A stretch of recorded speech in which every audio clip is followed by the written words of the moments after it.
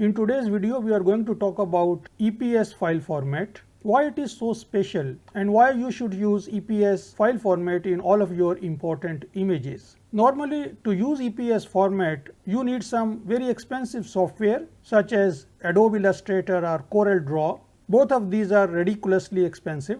But in this video, I am going to show you how you can use a free software which is not only free but the best software for handling EPS images. I will also give you a brief introduction of various image file formats and their characteristics and why EPS is so special, and then I will show you how to use EPS and what is the difference between using an EPS image .EPS or a .png image in any document such as in a PDF file. So let's get started after a short break.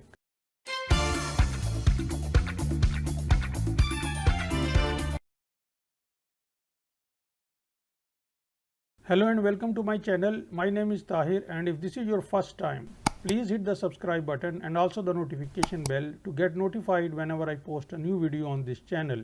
In this video, first of all, I will talk about various image file formats so that you can get an idea of where EPS file format stands, and you will understand some of the characteristics of other file formats as well. Then I will briefly show you how to get EPS images using a free software. And then to view EPS images, normally you use Adobe Illustrator or CorelDraw, but I will show you how you can use LaTeX, which is the best software for achieving professional quality in any document. And when I say document, I mean a PDF file, and you will know why PDF is so special in a minute. So image file formats can be divided in two main categories. One are resolution dependent file formats and the other are resolution independent. And resolution dependent means that if you are using a low quality resolution and you try to zoom the image, you will notice that image has started to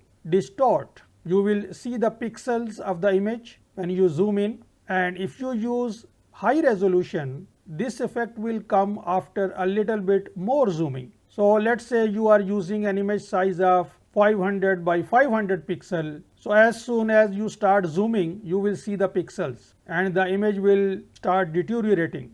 But if you use a 5000 by 5000 image size, you will not notice this distortion until you zoom a little bit more. So this is how resolution works in layman language, that if you have high resolution, you could be able to zoom a little bit more. But in these type of images which are resolution dependent, when you zoom in, you will definitely reach a point where you will see the distortion. And these file formats are JPEG, PNG and GIF or GIF.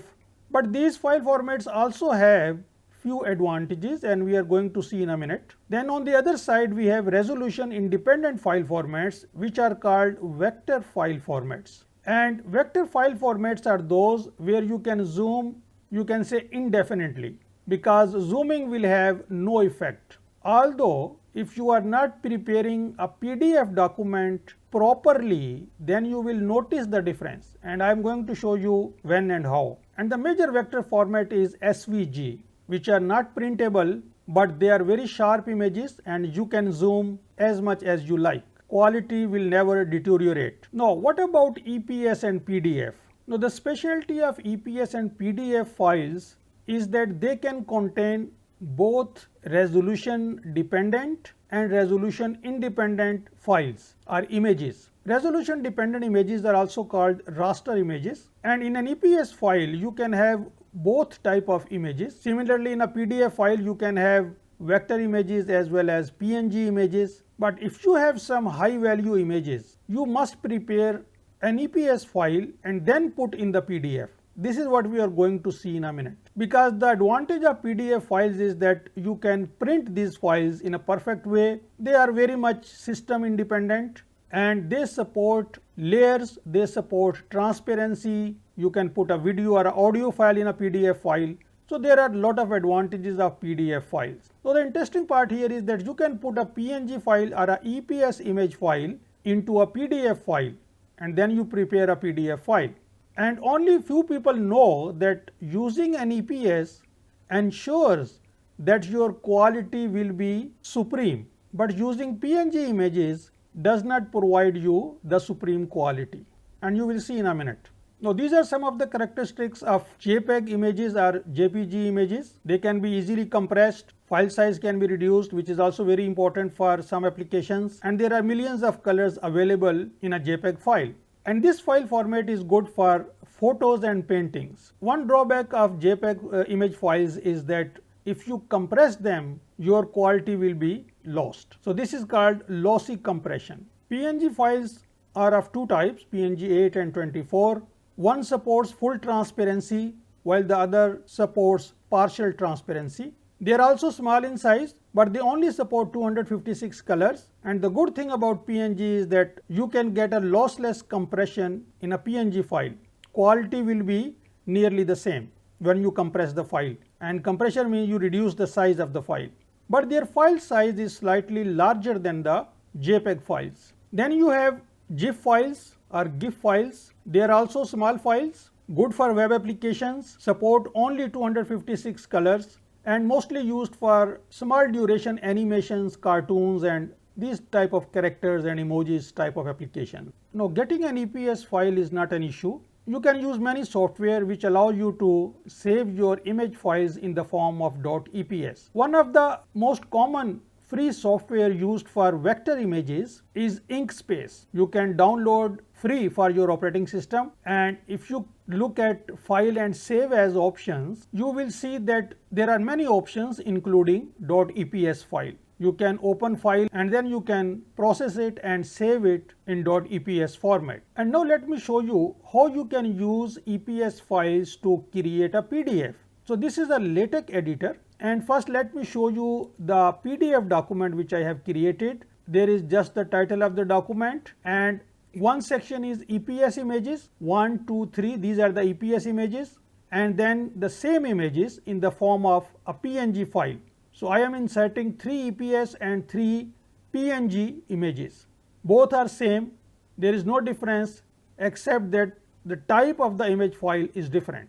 Now to create this PDF with this text and images, you need very simple code. As you can see that this is the code from this point to this point, and on my channel you will find various videos where I have explained how to create a LaTeX document, how to insert images, how to insert images side by side, and these kind of things. But this is just a simple document. Now there are two packages you can use. One package is this one, EPS to PDF, and you use this when you are using image files of only .eps extension. But because I am using both .eps files and .png files, so what I can do is that I can use this graphics package with PDF tech option, and this will allow me to handle both types of files, PNG files and EPS files as well.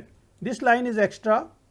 I can comment this because I just put it twice. So in LaTeX what you do is you use some package and there are some options, and then to insert an image you need just 3 lines of code, begin figure, end figure, and in between there is the main line, include graphics, and then as you can see that this is the name of the file, image1.eps, and I am also giving it a scale. So this is how you insert an EPS file, only 3 lines of code, and same 3 lines of code you can insert for any PNG file, and for PNG file you don't have to put the extension. So I have inserted these 18 lines of code to insert these 6 images, and this is no rocket science. There is no programming, this is just simple 3 lines code.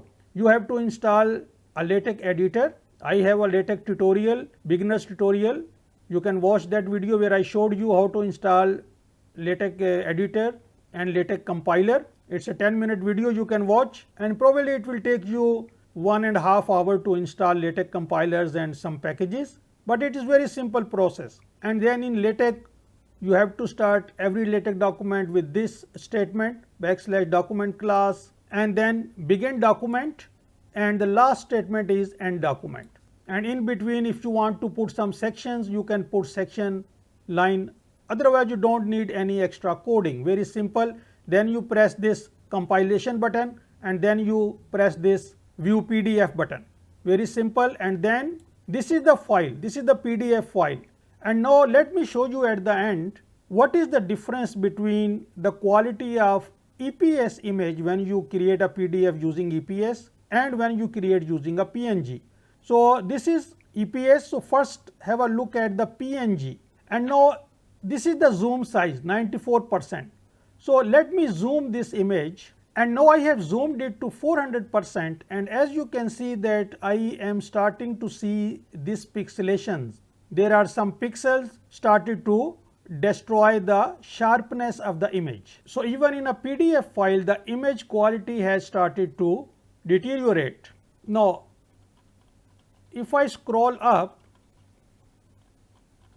and now this is the EPS image, and as you can see that at 400% zoom there is no difference at all. The image is still very sharp, very clear, and there is no deterioration. Every line is sharp, every corner is clear. So this is the difference. So whenever you want to create a document, a scientific document, you should always try to use EPS images. And MATLAB and some other scientific plotting software, they also give you .eps file. They give .png as well, but they also give you .eps file. You should always try to get .eps files and then use them when creating a PDF document. So that is it for today. I am sure that now you understand the importance of EPS file format and why you should use this. So if you like this video, please give it a thumbs up. Thanks for watching and see you next time.